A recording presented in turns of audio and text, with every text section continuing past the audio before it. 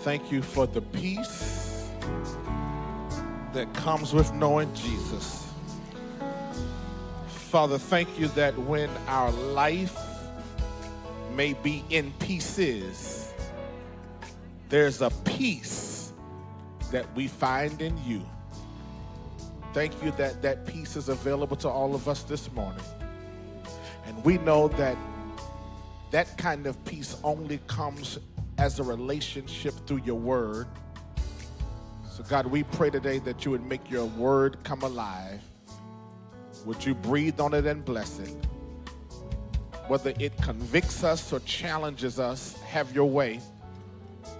Our simple request is that we will be better than we were when we logged on or when we walked in. Spirit of the living God, speak, for we hear what you shall say today.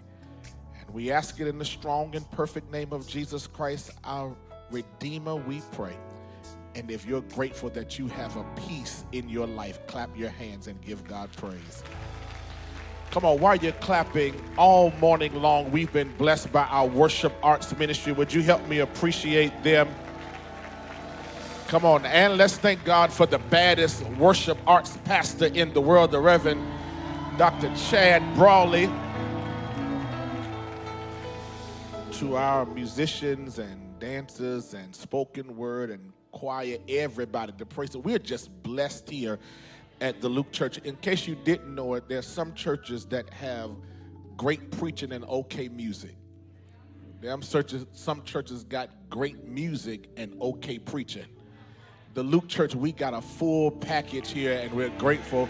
You ought not ever take it for granted. Come on, y'all laughing because y'all know it's true. Some churches, you're like, I'll get there late after the choir finish singing them same songs. I'll get there in time enough for the preaching. But we're grateful here at the Luke Church, and thank you for pressing your way this morning. We honor God again for our senior pastor in his absence as we kick off this conversation, which is really part of the thread and fabric here at the Luke Church, social justice. Would you join me in the Old Testament book of Proverbs, the 31st chapter? And normally when we get to Proverbs 31, we jump down to the familiar verses of who can find a virtuous woman. And that's not where we're going today. I want you to back up. If our pastor was here, he would tell you, I want you in your personal time to read the chapter verses before so you can get a gist of what was going on. And one thing you'll discover today, I'm going to give you the Cliff Notes version, is that we've spent years talking about Proverbs 31 when it has nothing to do with a woman.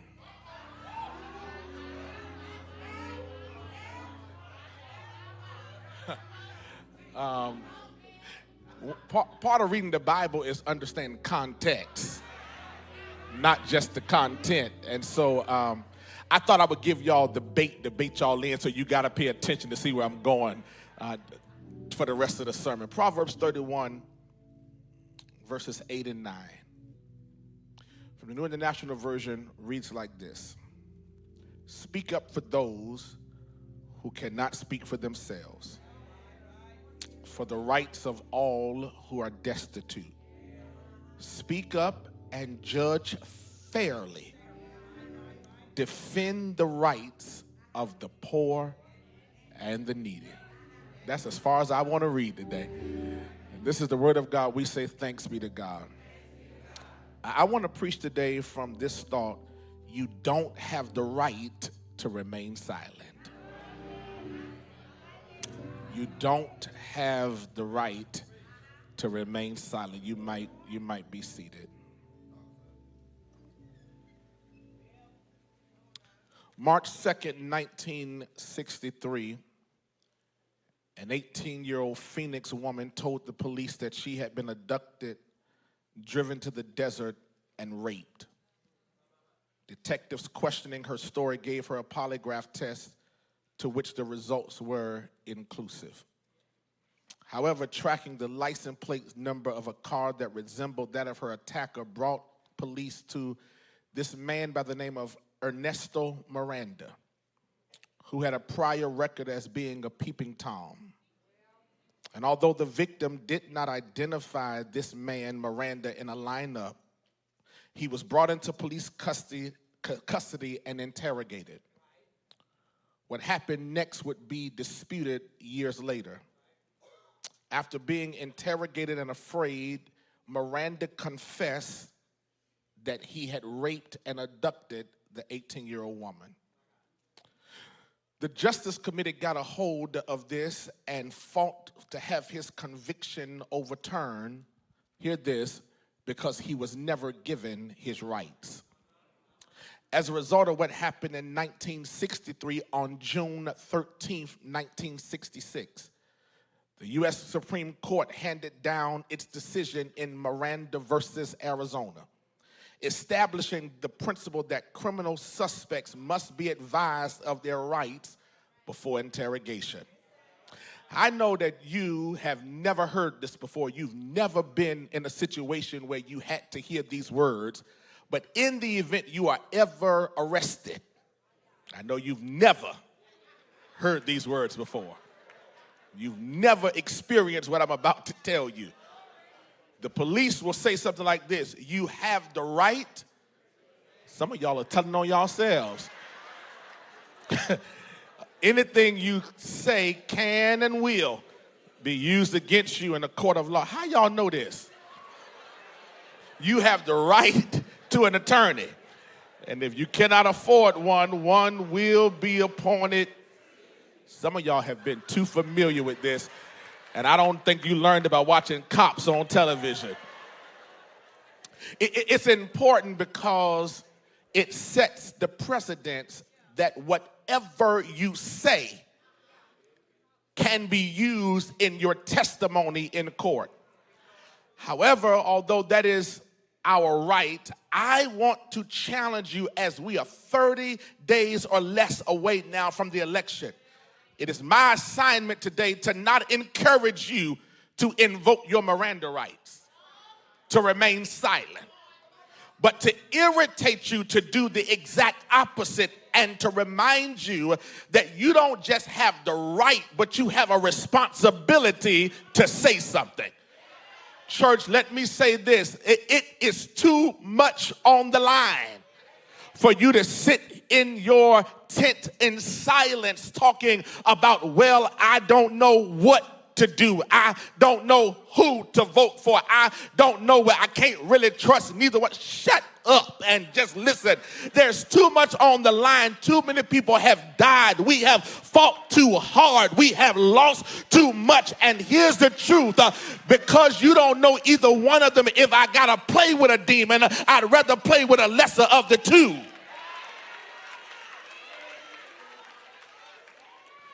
In our country, it's often said that voting is both a right and a responsibility. However, church, there's no law that mandates that you and I have to vote. It's really a personal choice. Voting is an expression of your will and something we can do freely.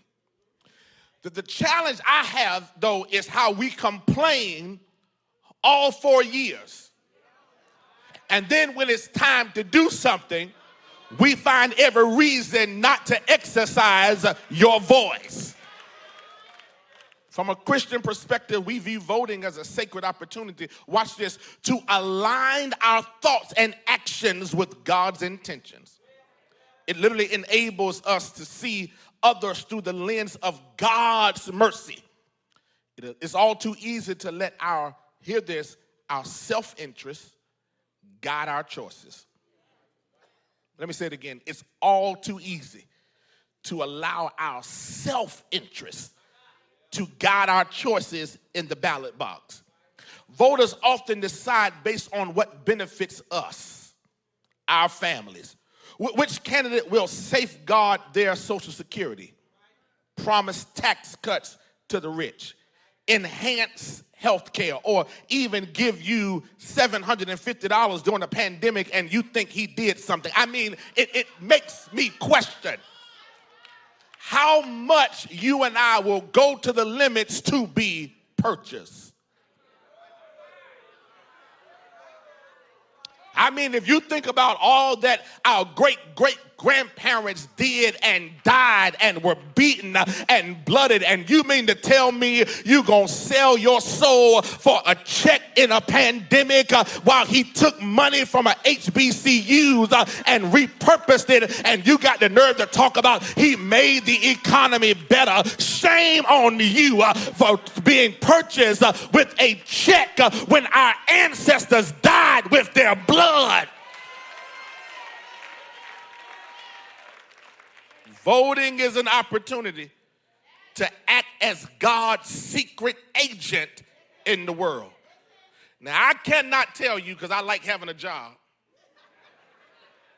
I can't stand here and tell you who to vote for.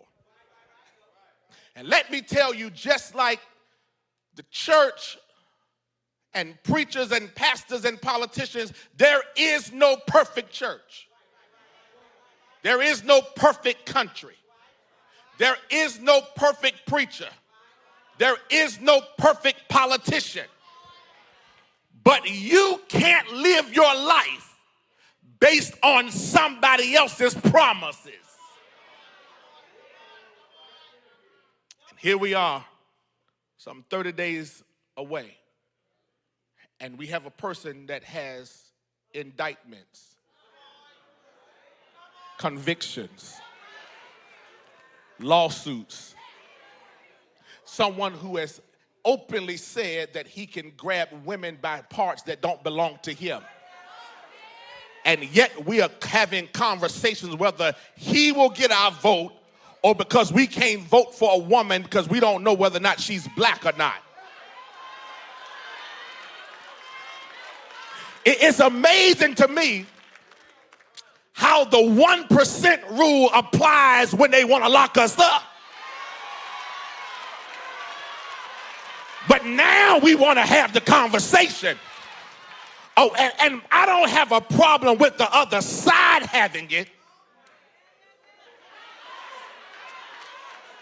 The conversations are being had amongst people who look like you and I, which means everybody that's your color ain't always your kind. I ain't come to play with y'all today. Here it is. And when we come upon Proverbs 31, this is interesting because, church, I told you earlier that all of our lives, Proverbs 31, we've always jumped down to who can find a virtuous woman. But when you do your research, you discover that this Proverbs 31 is a journal writing of King Lemuel talking about teachings from his mother. How appropriate is it that God would allow a person to be king, but his mother to have his ear?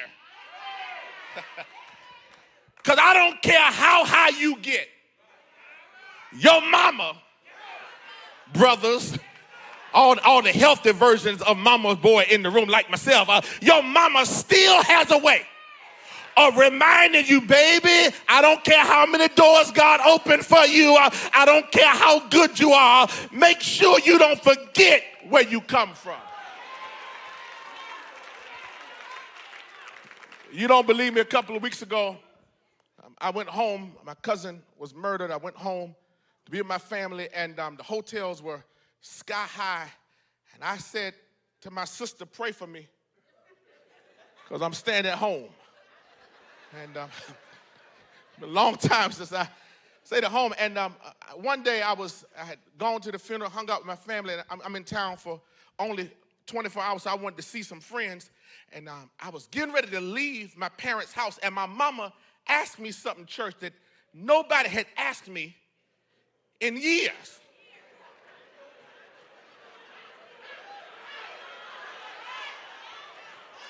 She said, where you going?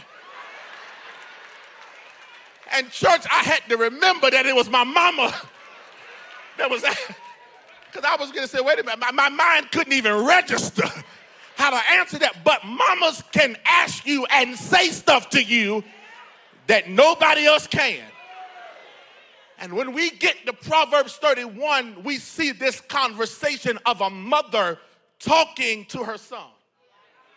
She says to him, first of all, son, don't get drunk with the wine of the world, because wine will make your judgment cloudy. And church, while she was talking about one kind of wine, I wonder how many of us have drunk the Kool-Aid of America.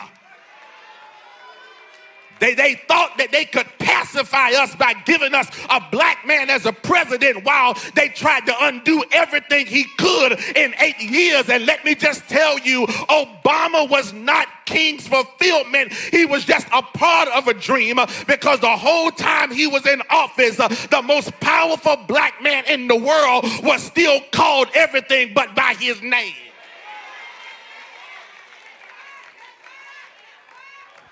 So his mother says, son, whatever you do, don't get drunk with the wine of the world. I only have 2 points, because really that spoken word was the sermon.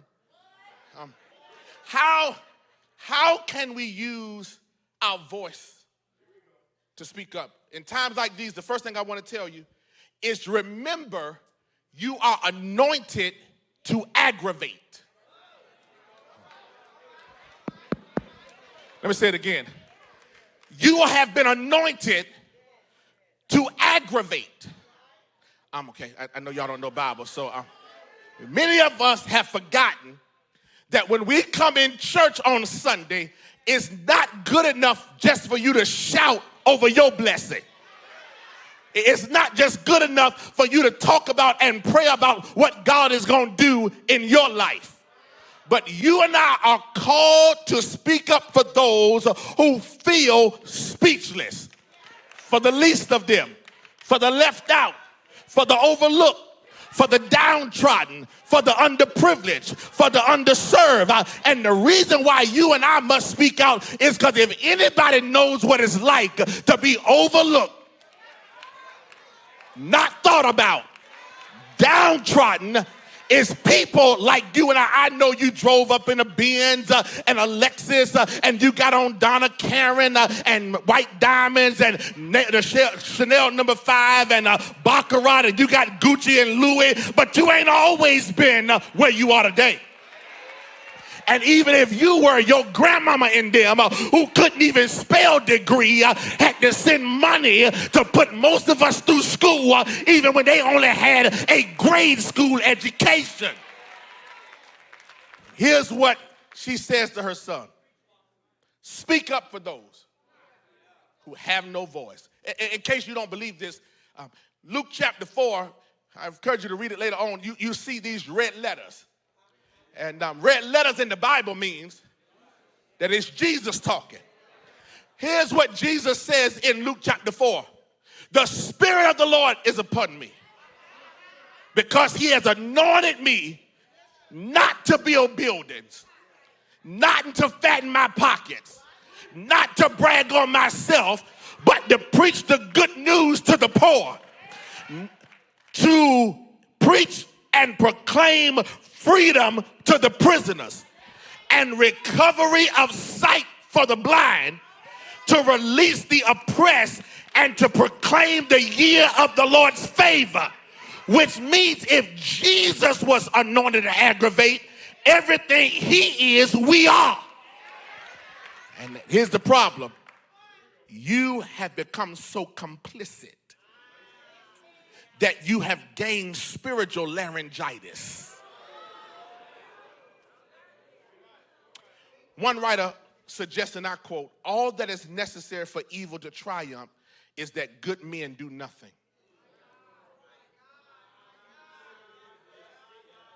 Sometimes you're not guilty for what you say. Sometimes you're guilty for what you don't say. Church, I'll admit, I tried to find a way to lighten this up, and I was met with my own reality. I did not understand this until almost a year ago. I was out with some friends at a birthday celebration, and there was the presence of what I like to call liquid courage.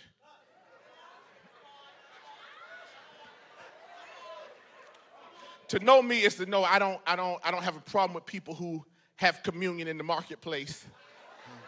That's not my issue. But I understand how alcohol alters people's state. And on one hand, I was there saying, hey, we've had enough, everybody chill out. But people are grown.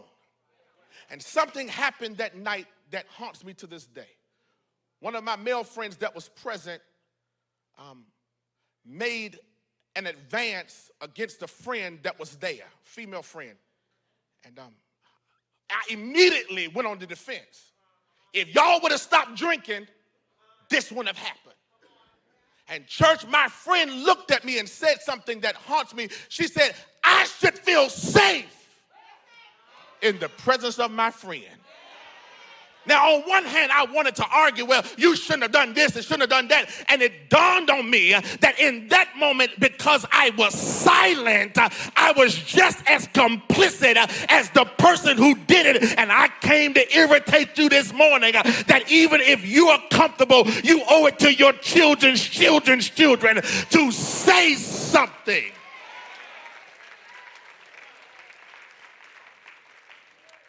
Jesus flipped over tables, not just in the temple, but he overturned tables in the streets.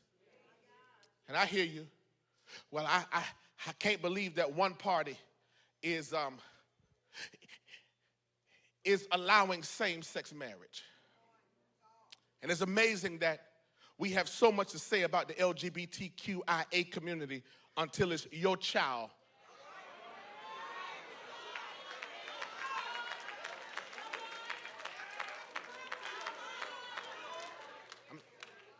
It's amazing that I can't believe that they are making it appropriate for abortions, and you don't want to talk about how many you've paid for. Why y'all not shouting now? I'm not suggesting that you sit on the side that's right, but what I am saying is you got to pick and choose when you want to be moral and when you want to be Christian. You've got to make sure that you remember that you are anointed to aggravate. I only got 2 points because I can tell I'm making some of y'all uncomfortable. It's okay. Pastor Sloan will be back next week. Here's the second thing I need to tell you. Don't allow comfort to make you complicit. Speak up for those who can't speak up for themselves. But then watch what it says. Speak up and judge fairly. Who would have ever thought that we would live in a world where somebody accused of something, where the person who admitted that they lied, and America still kills a man who was proven to be innocent? We don't like that kind of stuff until it's your son or nephew.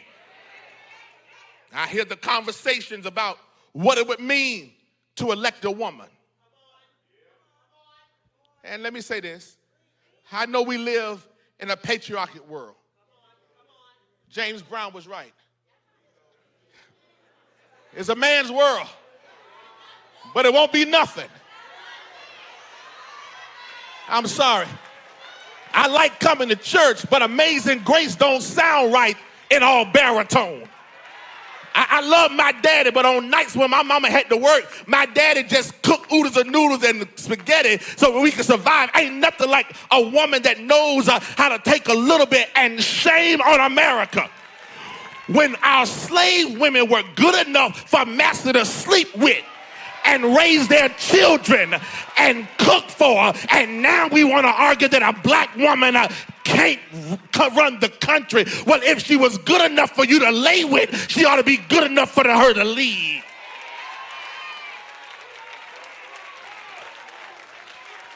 I'm the product of a black woman. And I can't sit here and act like now that I'm in my comfortable place that now I can't support another black woman. This is not about race. It's not about gender. It's about the future of this country.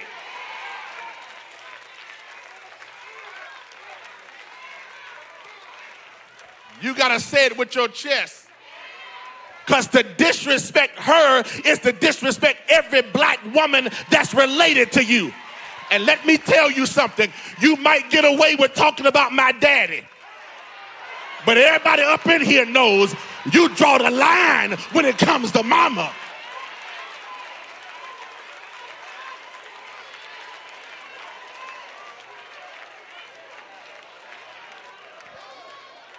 Here's the truth.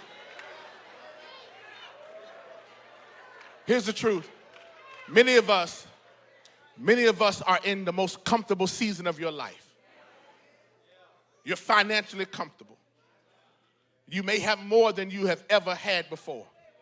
The truth of the matter is, if my grandmother would have come back today and see how I was living, she would swear up and down I was selling drugs. Because they couldn't imagine. I know, seriously.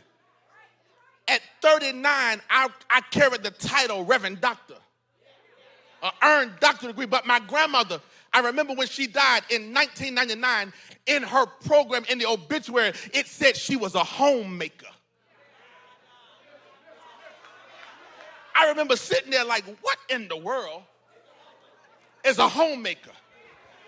And I could not figure out how a woman with no education could give birth to 9 children, raise 18 grandchildren, learn how to take bacon grease and chicken grease together and make hot water cornbread. And when all of us would go to her 1-bedroom house, some of us would be head to head on the bed. And she knew it. That's logistics. You can't tell me that a black woman can't run the country when they learn how to make sure that all of us had pilots on the floor.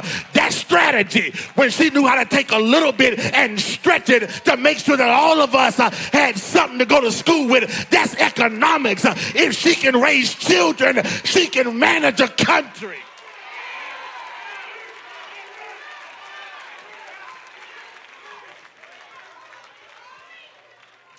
Here's my question.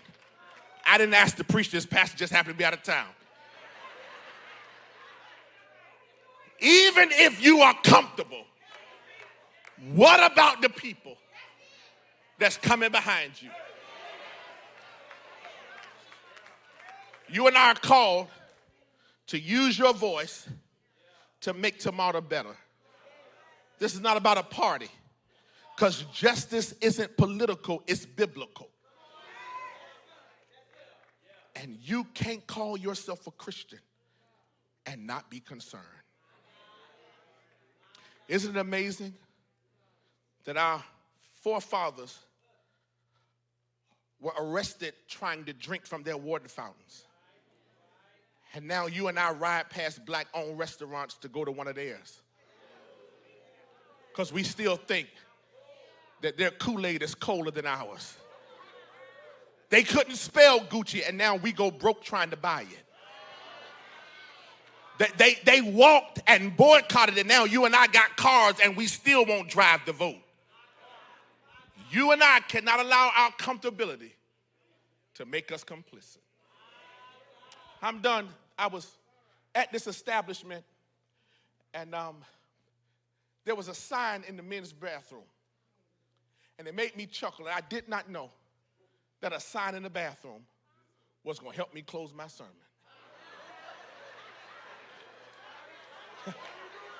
The sign says, if you sprinkle when you tinkle, be a sweetie and wipe the seat for those coming behind you. I gotta go, church, but you and I have a responsibility that even when you are comfortable, you gotta make sure that the seat is clean for the generation that's coming behind you. Say it with your chest.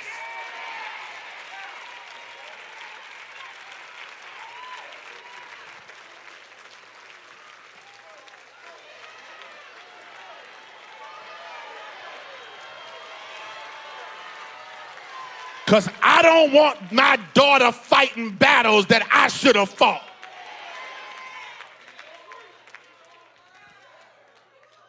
So what you gonna do? You gonna sit back and complain at the beauty salon and at the barbershop. And it's amazing that we say stuff like, my voice don't count. My vote is irrelevant. Why you spend so much time talking about it then? If you're going to do something, and you don't have the right to remain silent. Because when people who are depending on you ask you, what have you done? The last thing they want to hear is that you've done nothing. I'm done. I'm going to invite you to stand.